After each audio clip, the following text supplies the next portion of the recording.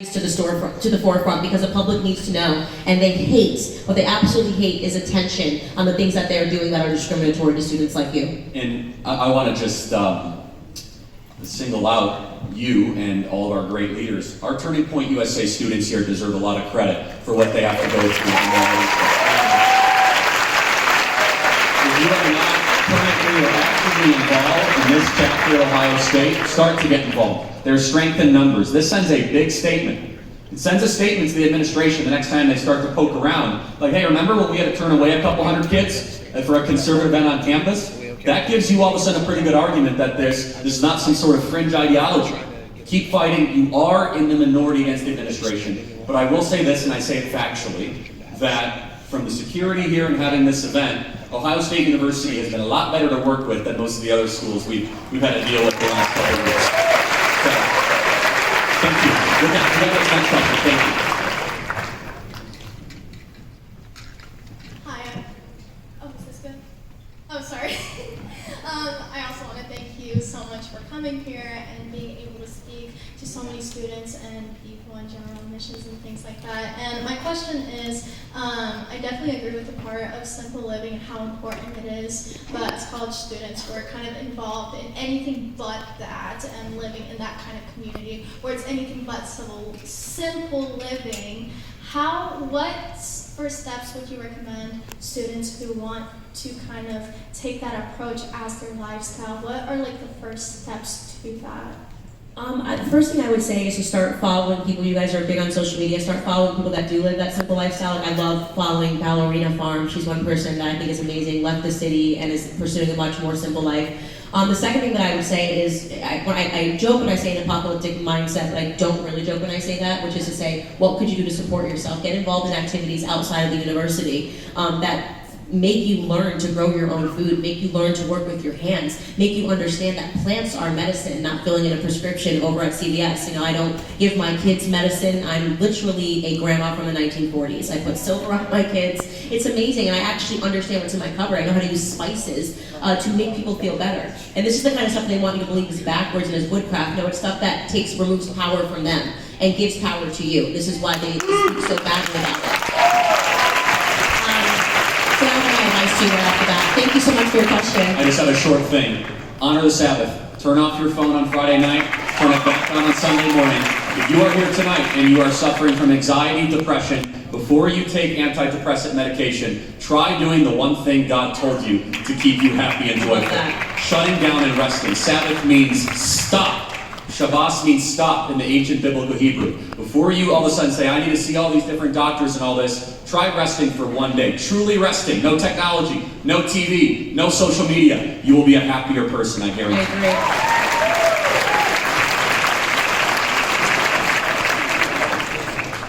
So earlier y'all were making a lot of good points about the transgenderism problem, about how that's just so out of touch with reality. So and coming into this, I was thinking that's like an important thing to talk about right now, but I think 10, 15 years ago, you could apply that same thing to gay marriage, to birth control. Those things were just not as prevalent as they used to be. So my question for you is, would you treat those things that have contributed to the sexual degeneracy of our colleges, especially fraternities, things like that, would you treat homosexuality, birth control, etc., with the same severity that you treat transgenderism? When you say treat, do you mean talking about it? Yeah, talking about it, acknowledging it. Yeah, and if anybody follows me, you guys already know what my stance is. First off, on Big Pharma, you're talking about birth control, the culture of sex, and all the things that women are programmed to believe from the time that we're in high school. The lie that was sold, I talked about Thomas Sowell, making people believe that everybody was having sex in high school. That was actually a Planned Parenthood push to get into the classrooms. The majority of people were actually graduating with their virginity before the 1970s, and the Department of Education pushed to make people think that sex was normal and partying and all those things were normal. I speak a lot about abstaining from partying, and I know it seems totally unattainable, and I definitely didn't do it when I was in school, but I talk about the culture of drinking on my podcast. Obviously, we are both Christians, and you are correct that there is an element of, which also explains even how the rates, once we started culturally accepting being gay, that there was this explosion, which is the social contagion element that we're talking about, where people are like, well, I just want to experiment with doing this, and the whole idea of being born gay, well, you can now show that there is a social contagion element, because when you go and you look at other places around the world, it's not the same circumstance. So America is fostering these ideas, and people are making these decisions. These aren't people that are, they believe that they're their own ideas, they believe that it is who they are, but in reality they're victims of propaganda. And hopefully, I definitely forcefully talk about all of those topics on my podcast. Yeah, I'll just add one thing. Every young girl needs to know that birth control significantly contributes to depression. It is clinically proven. If you don't believe me, look at the multiple peer-reviewed studies published by Dr. Daniel Amen. You can fact-check me. Over many decades, it shows how the pill contributes to the mental health crisis in America. Yeah, I mean, your fertility is a gift. Your school tries to teach you that your fertility is the enemy, that having children is the enemy, that everything is a curse. It is the exact opposite, and I can't even get into. I mean, I could spend an entire night, and maybe I will come back and speak to women about the dangers of birth control. But I'll save it for another day. Thank you so much for your question. Hey. Hi. Thank you for being here tonight. This question is directed to Mr. Kirk. In the Gospel of St. Matthew, our Lord says, "But he that shall scandalize one of these little ones that believeth in me, it were better for him that a millstone should be hanged about his neck, and that he should be drowned in the depth of the sea." So here our Lord is talking about moral actions, inclusive of speech that is contrary to Christian morality and the gospel, and he says it ought to be punished, and at minimum, assigned a social penalty. So we look out today and our society is being degenerated. We're seeing transgenderism, homosexuality, feminism, and other various social evils being promoted, yet conservatives continually promote this idea of free speech, which is directly allowing these things to flourish and is actually normalizing them. So my question is, as someone that takes the Bible very seriously like yourself, why do you not believe the words of our Lord? Why do we not punish free speech? Because it's dragging souls to hell, and it's so clearly against the Christian political order. Well, you're putting words in my mouth, first of all. I think that speech at its highest place should point to virtue.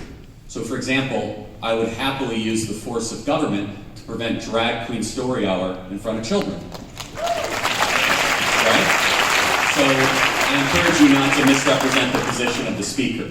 Right? But there's a balance. There's a balance between expression, speech, petition against the government, and something that is obviously not speech. So this is where I'm more in the Sohrab Amari camp and not the David French camp. I don't think being able to rent out a library to do predatory sexual behavior to children should be constitutionally protected speech. That's the Founding Fathers did not have in mind, boy, we need a robust First Amendment so that a bunch of groomers can get in front of 8-year-olds.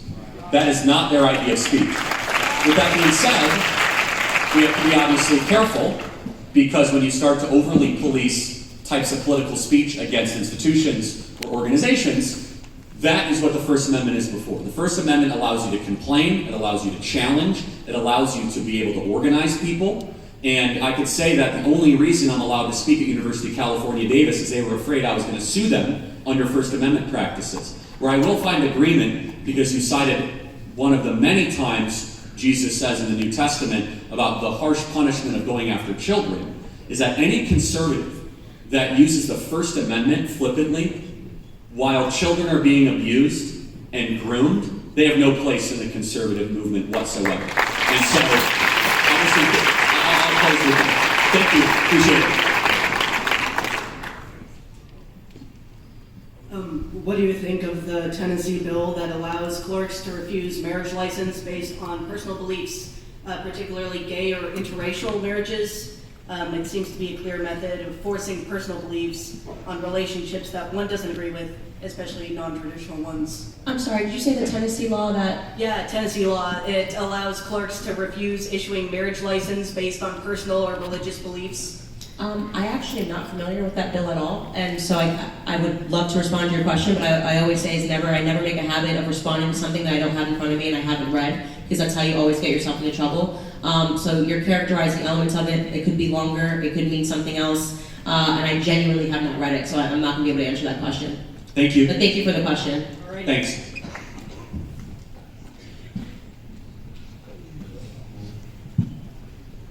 First, nice to meet you, Charlie and Candace. Hey. My question is, recently in East Palestine, or East Palestine, how do you pronounce it? East Palestine? Okay. Well, recently, the train derailment, and liberals aren't doing anything about it. They're not showing support to people, but neither are conservatives. I mean, look at the Trump administration back. They deregulated Norfolk Southern. I think the corporate executives should be in prison for the rest of their lives. Same with George Bush, by the way. He lied about weapons of mass destruction. He should be in prison for the rest of his life as well. Yeah. So should Obama, too. Yeah.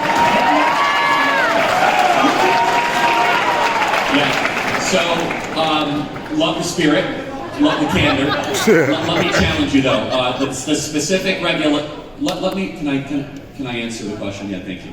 The specific regulation that you cited actually didn't pertain to the train derailment. I do agree, BNSF, Burlington Northern Santa Fe, which actually was not the railway. It was Georgia Pacific. Was it Georgia Pacific? It was Georgia Pacific. But BNSF. Norfolk Southern. Was it?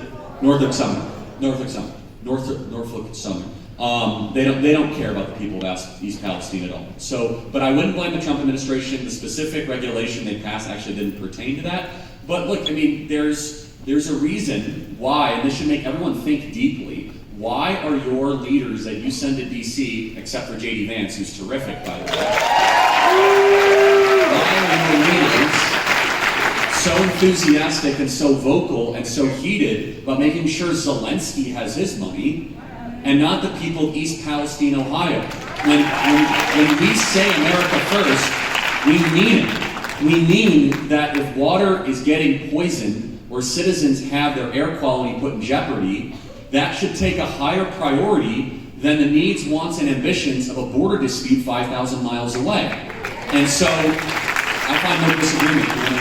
I totally agree with you. I mean, it's atrocious what's happening, and the answer to your question, Charlie, is because they have to launder the money back to themselves. When you send it overseas, it's easier to launder back to yourselves.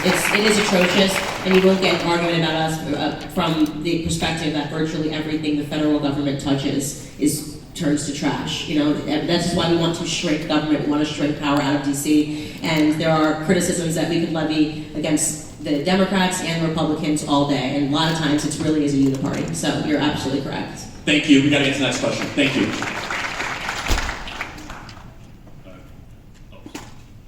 So first thing I'd like to mention is that my mother and father wanted me to say hello. Hi, Mom and Dad. But I'm the socialist they raised, so I would like to ask you a question in opposition. I was like, What do you say? I'm the socialist they raised, so I'm saying I'm asking a question in opposition. Yeah, no worries. I'm glad you're here. Yeah. It's awesome. Thank you. I said, how can we relativize our love for America when we have a long history of being anti-democratic overseas, being involved in coups in Chile, Guatemala, that have been supported by both Democratic and Republican institutions? Hold on. I am, just to be clear, Thank you. I can tell you're a little nervous, so I'm gonna just restate repeat the the question, question. but thank you for being Glad here. you're here. Did he say, how can we? He said, how can we maintain love for America because of our anti-democratic foreign policy, in particular supporting coups in Chile, Latin America, around the world? Did I summarize that pretty well? Yeah. Yeah, I think this kind of ties back into the last answer that we just gave, because that does not represent America. That represents crooked politicians that are in DC that has us in endless wars.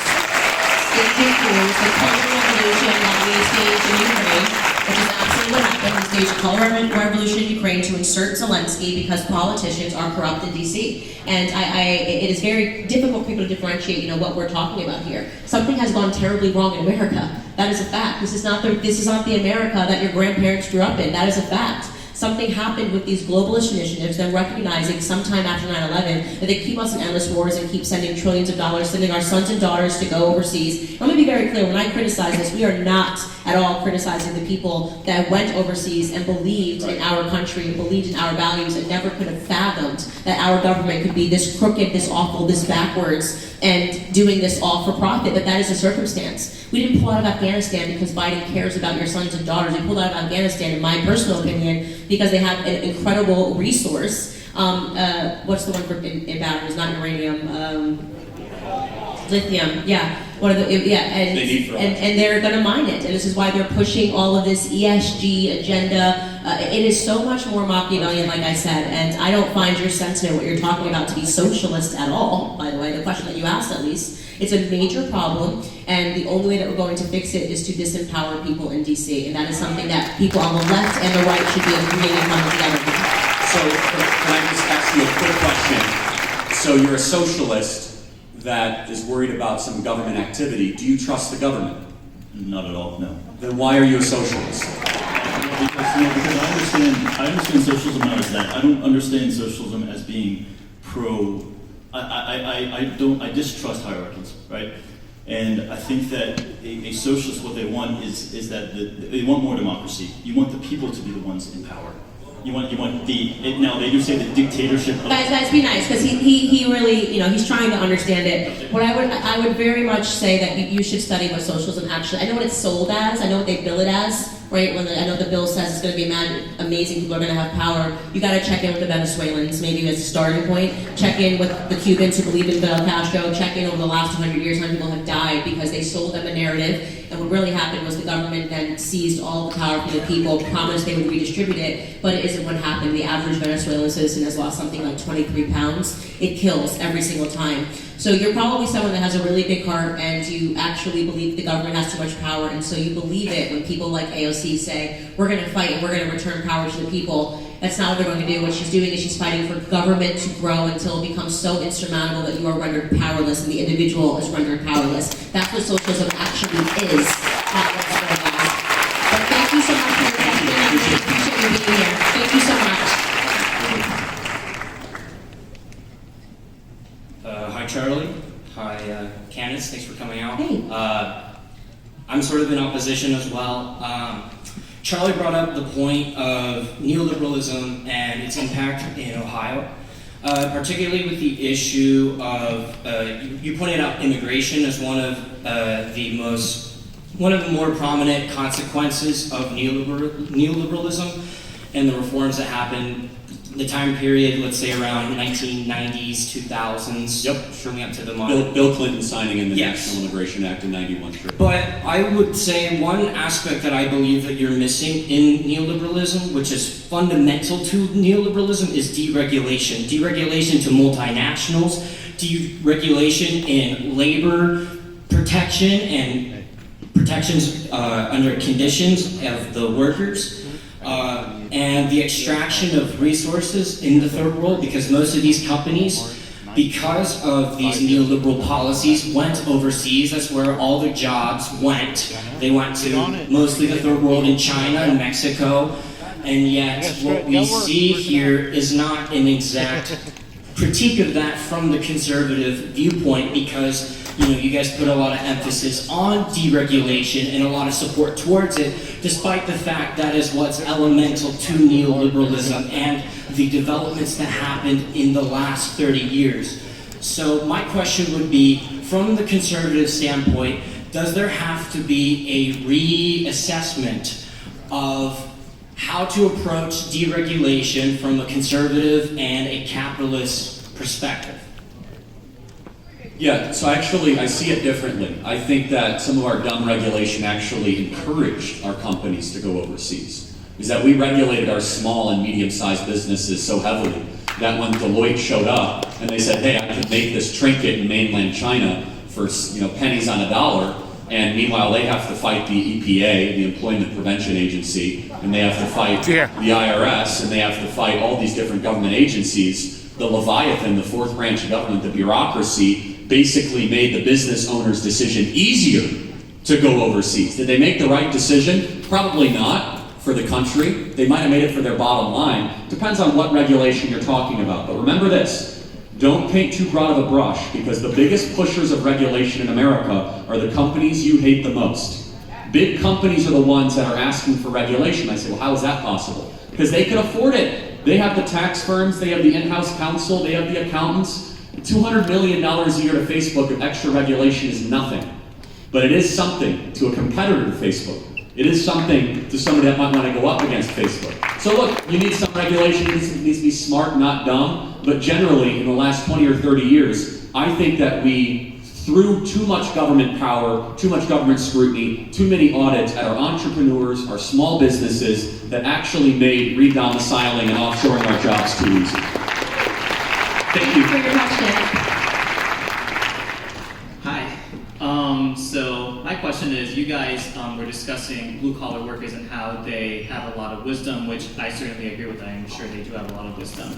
However, your guys' perspective more so sounded like they essentially have more wisdom or more knowledge than someone in academia. And my question is, why do you guys believe that blue-collar workers and people in these laborious jobs have more knowledge than someone in academia, and is that rooted, or what? How is that factually rooted?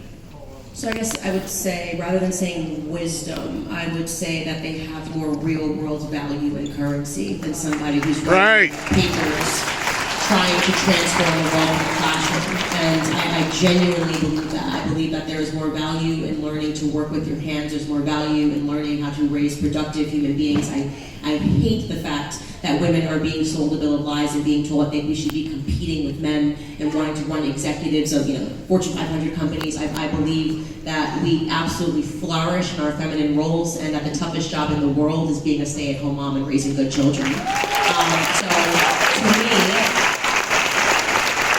when we shifted those values and we stopped realizing that these people actually have the most value to society, we watched our social decline begin, and we have essentially been within a managed social decline for the last 60 years, in my opinion. I would add to that, anyone has to take a sociology class or anthropology class here? Yeah, have a kid. You'll learn a lot more about human beings than anything a textbook will teach you. Experience always is going to override it. By the way, I would say you conflated two words, knowledge and wisdom. They're not the same thing. There's a lot of knowledge here at Ohio State University. There's not a lick of wisdom in most of these classrooms. And what is the difference? Very simple. Knowledge is practical. How do you develop a medication? How do you navigate Build a house. Build a house. That's fine. Knowledge is important. Wisdom tells you whether or not you should do it. Wisdom is eternal. Wisdom does not change. Wisdom is the knowledge of things that will be true 200 years from now, and they were true 500 years before, because you're dealing with the same raw material. Human beings do not change. We are broken from nature, and it takes effort to create good people. The reason why college campuses are devoid of wisdom is because the beginning of wisdom is the fear of the Lord. Thank you so much. Thank you so much for your question. Next question. Hello, you guys look wonderful tonight. My name's David. Thank you. You look wonderful too. Thank you. My question is, with our founding fathers being lawyers and educated men, is their academia and ideologies just as destructive as those you've discussed? Furthermore, what about Herodotus, Socrates, and Aristotle? Well, no, they were classically educated. Like John Adams spoke fluent Hebrew. The founding fathers believed the Bible was the greatest book ever to exist in the history of the world. The most cited book, secular or otherwise, was not John Locke, it was not Montesquieu, it was not David Hume, it was the book of Deuteronomy in the Federalist Papers and the documents that led up to our founding. The founding fathers, when they put the Liberty Bell, they put Leviticus 25 on it. Leviticus, not Psalms, not Proverbs, not John, Leviticus, okay? These are serious Bible believers that understood the foundational roots of a civilization. How many college professors here would quote Leviticus to their students in a positive way? What does classically trained mean? Herodotus was the founder of history. Socrates invented the classical dialogue and the idea of the pursuit of truth. Classical education believes in three things: goodness, beauty, and virtue. There's something high, and we should aim for it. That we have a soul, that there's an eternal component to our existence that is more than material matter, and that we as a human being, it's going to take work and effort, but we can aim high, point high, and we can be better tomorrow than we are today. The educational manifesto today is opposite. They say you're nothing more than a combination of chemicals and matter that have accidentally combusted into where you are today through a Darwinian process, and there is no beauty, there is no goodness, there is no virtue, there is no truth. The founding fathers were proper academics. The ones today are charlatans disguised as academics. Right.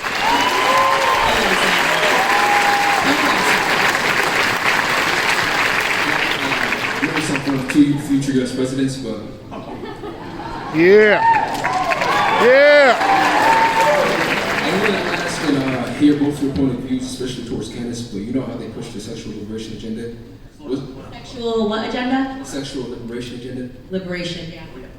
What's your take on a young lady who got pregnant and the man who got her pregnant tells her to abort the baby because he doesn't care for the kid and doesn't know what to be in the kid's life? She has no family, no help, and she wants to focus on school and her career. Is it best for her to get rid of the kid and focus on herself and having a family live down the road? Because if she has that kid, that child's going to be a burden upon her. Yeah, I can repeat it. So I think you're. I think Giving us a scenario of somebody who's pregnant with a kid, but was the this father the doesn't Ohio want it. situation of the young lady that went to Indiana to get the abortion, or are you just talking more generally? You're talking generally. Okay. You're saying that if the kid was born, they would be ill-advantaged. Is that what you're asking? That your end question is, what should they do? Yeah, what should she do? Should she just Like abortion ethics, basically. or have a family? You should absolutely choose life. It's such a scary thing to me to think. And actually, who was it that said? I think it was Ronald Reagan. Everybody who argues for abortion has already been born, right? The many examples, and this is what is so problematic about the argument of people that are pro-choice, is that it ignores all of the people that grew up in broken homes and made something of themselves, people who were adopted, people that grew up in group homes, what they were able to contribute to society. It basically says the argument that unless your life is rosy, unless you have a rosy start, then you don't have a right to life, and your life is not worth living, and that could not be more wrong and more backwards. It's so wrong. I especially, and you guys obviously know a lot about my upbringing, my story is one that I hope serves as an example when people read it of what can happen when you triumph this idea of victimhood, when you realize that you're not a victim, that you are always in the driver's seat of your own life and you can be a victor. Everybody, by the way, has terrible things that happen in their lives. Don't believe that because you see somebody and they grew up and they're super wealthy that they don't have issues, or people that actually, I personally find that the wealthiest kids are the most effed up, personally, what I've seen in my life, right? And for people to not even have the opportunity to try because somebody has sentenced them to death and said your life is not worth living because you don't have a father that loves you or a mother that wants you, it deeply saddens me. It's so backwards. It is so antithetical to everything that we believe as conservatives. We meet a conservative that says, well, I'm a little flimsy on the life stuff. They don't know what it means to be a conservative. Fundamentally, at our core is that we believe in life, right? We believe in life and the right to life. And so, absolutely, in every scenario, I would choose life over and over again. Let me tell you, just as someone who has had a child, your life begins. If you think in a moment while you're pregnant that it may be a burden and you may be fearful, when you have that child, you will realize that life begins when you become a mother or a father. It is the most beautiful, wonderful chapter of anyone's life, no matter how difficult it may be. I do not believe there's a thing as an unwanted child in America. There's 1 million abortions in America every single year, about 3,000 a day. And there's twice as many people than that on the adoption waiting list. So if every single person who had an abortion had that baby and put them up for adoption, they could all be put up and adopted twice over in America. There's no such thing as an unwanted child in America. Thank you. Right.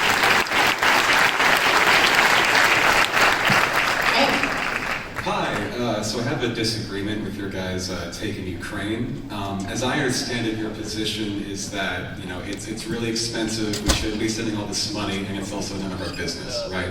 I disagree with that because one, I think it's morally right, but also even from a national interest standpoint, right? That money, the Ukrainians have definitely done a lot, but that money has helped them embarrass Russia on a national stage, right? Like before, we believed that they were a big power, and now they've embarrassed themselves. And also, I think that Western solidarity is really important, right? I mean, especially with China eyeing Taiwan, we need to show them internationally that we're a solidified force. They can't just go and take it. We need to show that we can defend it. So we're spending trillions of dollars to embarrass Russia? That's a little bit of embarrassment? Is that what we're trying to do? You think that we should be recycling millions of dollars and having millions of dollars disappear into thin air so that we can say, ooh, look, Vladimir Putin is embarrassed. And if by embarrassed, you mean shaking hands with Xi Jinping, talking about how things are going to change and that the next 100 years are not going to look like the last 100 years, then you are not paying attention to what is going on. We have just pushed Vladimir Putin into the arms of China, right? One of the greatest competitor that we possibly have is China. They're shaking hands. They're openly mocking the West. This has never happened before, right? They think the West is a joke. And why shouldn't they? Look at us, we're having debates about gender. We don't know what a woman is, okay? Hollywood, we think that it's cool to have Zelensky make attendances at the Grammys. It's a joke, it's a complete and utter joke. So no, first and foremost, we talked about national interest. National interest require that it was in our nation or it impacts us. It's not my effing business what happens in the Eastern Quarter while we have real Americans that are suffering today. And if you notice, it's been non-stop wars that we haven't lost. You want to talk about embarrassment? Try leaving billions of dollars of technology in Afghanistan after spending decades fighting. That's embarrassment. That's embarrassment. What's embarrassing is China then flying immediately after we magically evacuate and meeting with the Taliban and immediately recognizing them as a government. We had daughters and our sons that died. What did we win? What about those weapons of mass destruction? Was this the 20th anniversary of Iraq? You want to talk about embarrassment? The things that we did in Iraq, the things that we've done all across the world, and for what? What do you have to show for it? Well, I guess we embarrassed a few people. While we had people, we were sending Americans over to die. At least we were able to embarrass a few people in the process. That's not a good way to think, I'm going to tell you right now. That's not a good way to think. We should think about prioritizing all of the issues that we have in America. You want to talk about an invasion? Let's talk about the one that's happening at our border every single day. That's what we mean when we say America first. Okay? We have plenty of issues to solve. Not a single red cent should be sent overseas until we fix what's happening here in the United States. Thank you for your question. Candace makes a fabulous point that needs to be repeated and repeated. A country that cannot determine what a woman is should not go to war. How embarrassing! How embarrassing! Now, this is a general rule for conflict. If you have a domestic crisis where you are not able to agree on basic truths, you are not a nation ready to go forward. China's writing articles, their newspaper, they're literally writing articles mocking America about how we don't know what bathroom to go into, right? About how we sent the full force of the military to shoot down a Hobby Lobby balloon. Right? If you think that the embarrassment that Russia is embarrassed, you haven't been paying attention to what's happening in America. Honestly, we've become a mock. We're being mocked in the Eastern Corridor. And I'll go even a step further. It's a tragic geopolitical mistake that Russia is not neutral, it's not an ally with us against the Chinese Communist Party. All this saber rattling that, it's the Cold War and Russia against us. It didn't have to be this way. Donald Trump Cold War hangover. Cold War hangover. Donald Trump had it in the right position. The Chinese Communist Party is the great threat against the West and American liberty, and now they have a gas station. The Chinese Communist Party now has more oil reserves that they know what to do with in a great super alliance that we helped create. Please study the pipelines. Really understand. This is not about scoring points. This is not about running an article on CNN and Washington Post saying, "Oh, look, we embarrassed." You need to study the map of the pipelines and understand exactly what he is talking about when he is saying the threat of an alliance between Russia and China. They don't care about some points on the board saying, "Oh, look, it's so serious. We are in such a severe state right now." When I say this managed social decline, managed political decline, we are no longer being taken seriously on the world stage. When I watched, I think it was Russia Today, a clip that my executive producers pulled of them openly laughing and mocking the American military, unfathomable even 4 years ago when Trump was in office, unfathomable. They're openly mocking us. They don't take the West seriously, because why should we be taken seriously? We're arguing over bathroom signs over here. Thank you. Gotta get to the next question. Thanks for being here. It's like a very scary thing that's happening. I don't think people understand the significance of what's happening in the Eastern Corridor right now. Shut down all churches. Not all of them. Oh yeah, he is so, but he's so not aligned with Western principles. Everything he's doing, locking up his political opponents, that's something that he definitely He did do. shut down the Russian Orthodox Church, not all the churches. Okay, we'll get to a question. Hi, this is directed more towards Candace than anyone. I've heard a lot about you, haven't really went to an event like this in general. I get the point that you're not really well liked specifically with the Black community, but one thing I wanted to address was growing up socially, a lot of Black people around me at least were conservative. They went to church every Sunday, they were very religious, they weren't the biggest fan of LGBT, that's just how they were. What do you think is stopping them from being in this room? Culture. That's the truth. Black America has faced a full cultural decline before everybody else. I actually believe that the government experimented first with Black Americans, LBJ and the Great Society Act, to see how they could completely annihilate, obliterate the black family and make the black family worship not God. We used to be at the center of all families in America and is no longer at, but worship government and more governance. Welfareism destroyed Black America and it created the toxic culture that we see today. Every single ill that Black America is facing, they are facing because we went from a 22% single motherhood rate back in 1964 to today the single motherhood rate being 73%. We don't have our families together. More than 73% of Black Americans are growing up without a father in the home. So you could just imagine what that does when I say that every social ill follows, the incarceration rates, the criminality rates. And what happens, by the way, is that when you remove that family unit, it's not like they just go, okay, no family.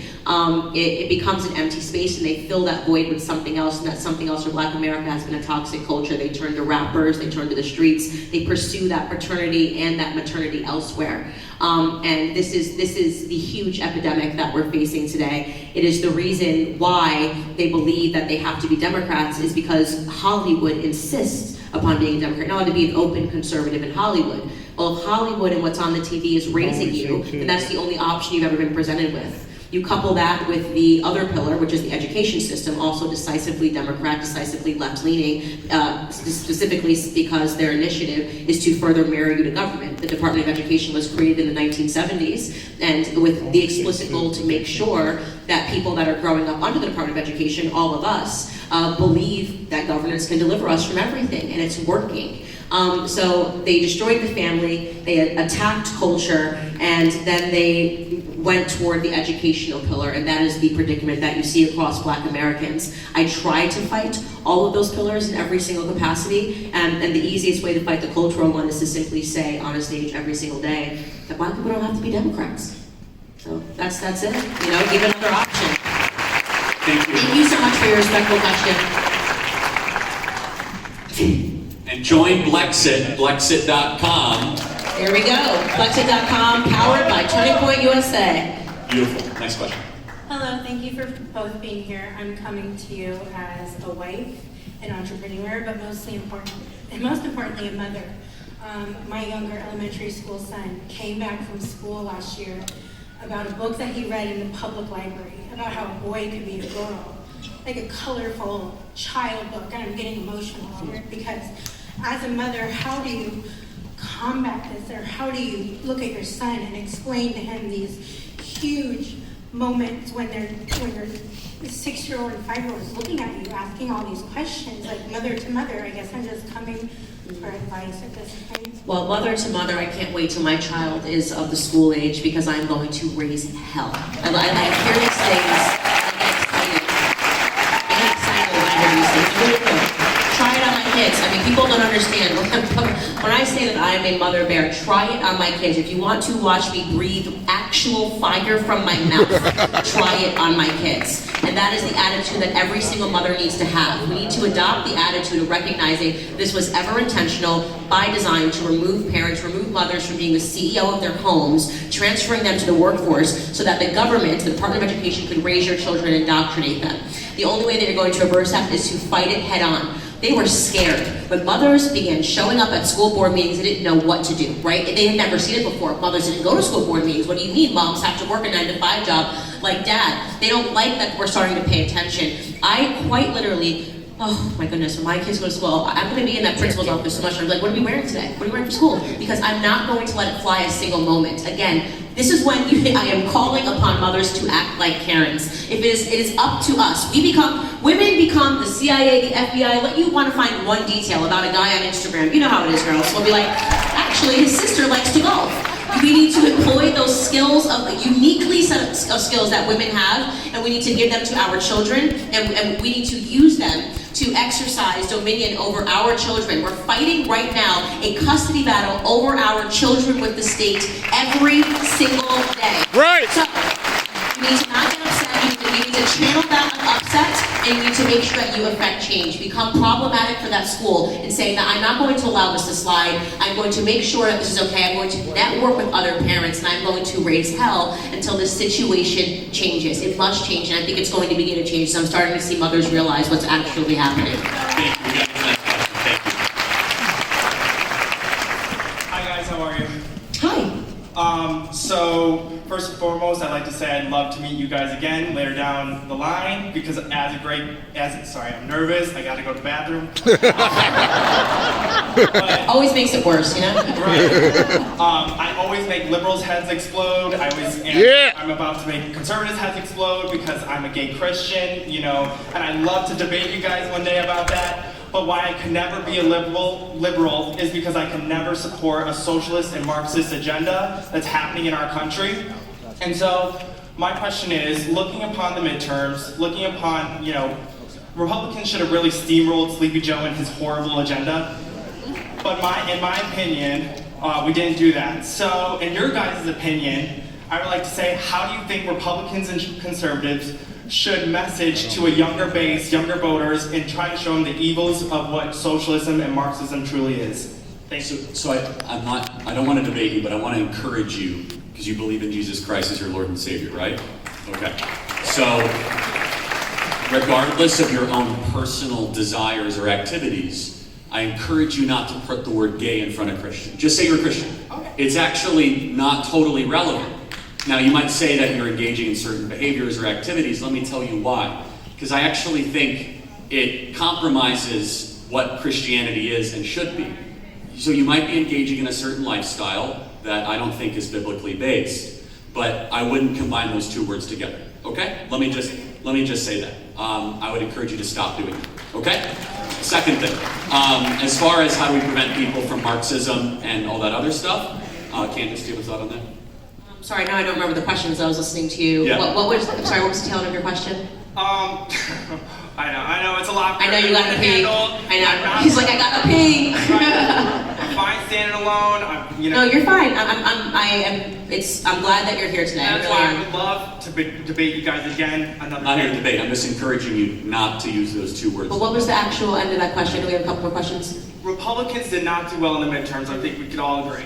And from the last 2 years, since Joe Biden's gotten into office, it's been disaster after disaster after disaster. Republicans should have steamrolled Joe Biden and his horrible Congress in the midterms. That did not happen. It's clear that the messaging from the Republican base is not working, especially with young voters. How can they do that to change it around? Yeah, so not to answer it politically, because we want to try to stay away from just R versus D stuff, but more generally this, look, young people need to be given a promise by 3 things from their leaders, okay? Make it easier to get married, have kids, and buy property. Those 3 things are currently out of grasp for most young people in America. Conservatives running for office, conservatives in public life, should say the new social contract is very simple. We want to be able to make it not just easy, but popular to get married, easy to have children, and we want everyone to be able to own a home the same way your parents did. That is out of grasp, and it's creating revolutionaries, it's creating cynicism, it's creating disconnectedness from the actual established political order.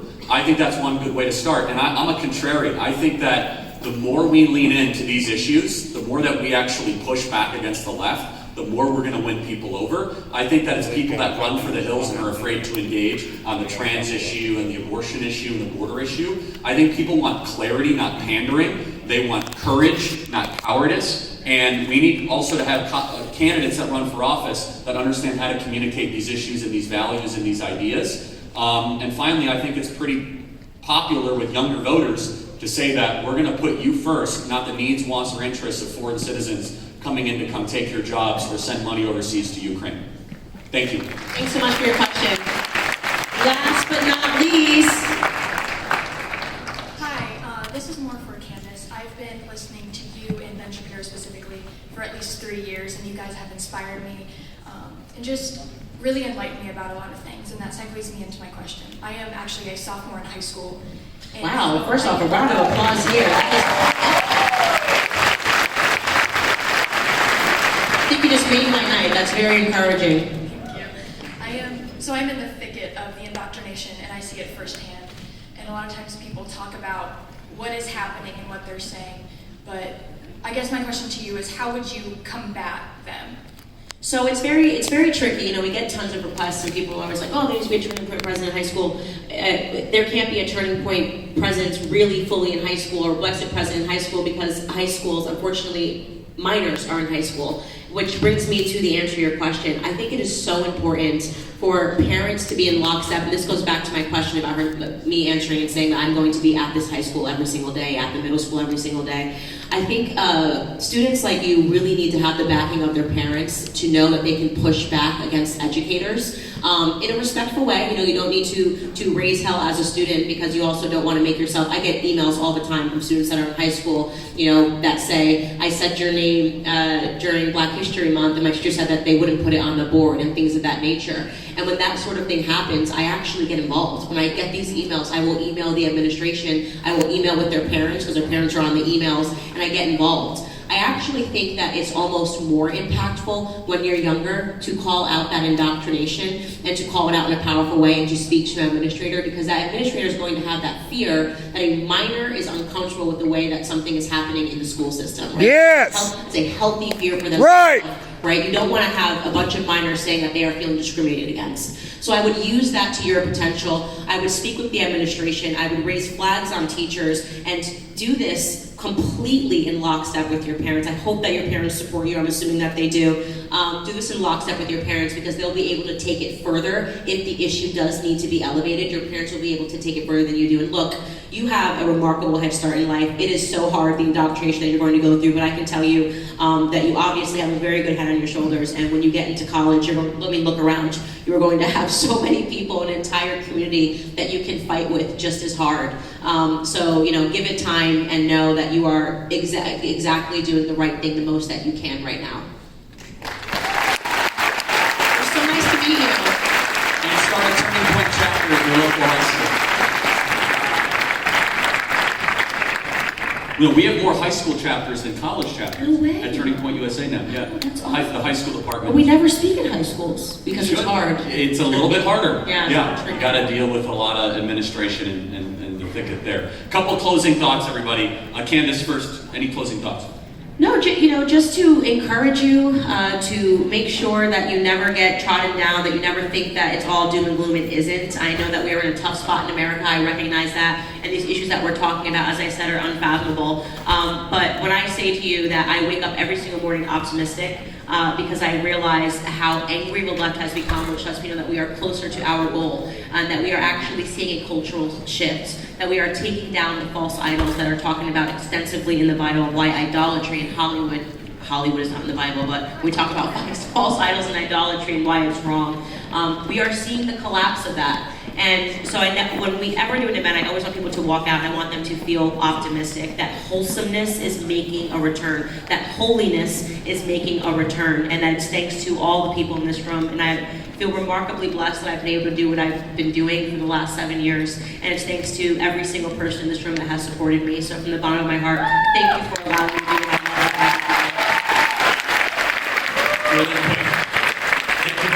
Danny, you're doing a great job. The Turning Point USA chapter here at OSU. I have subscribe to both Candace and I's podcast. You can check out your podcast app, take out your phone and subscribe. We're selling books for a donation of any amount outside if you guys want to do that. I have a personal request, a very important personal request for all of you. Can you please beat Michigan next year? What is this all about? There's just one last thing we have to do, which is OH. OIO!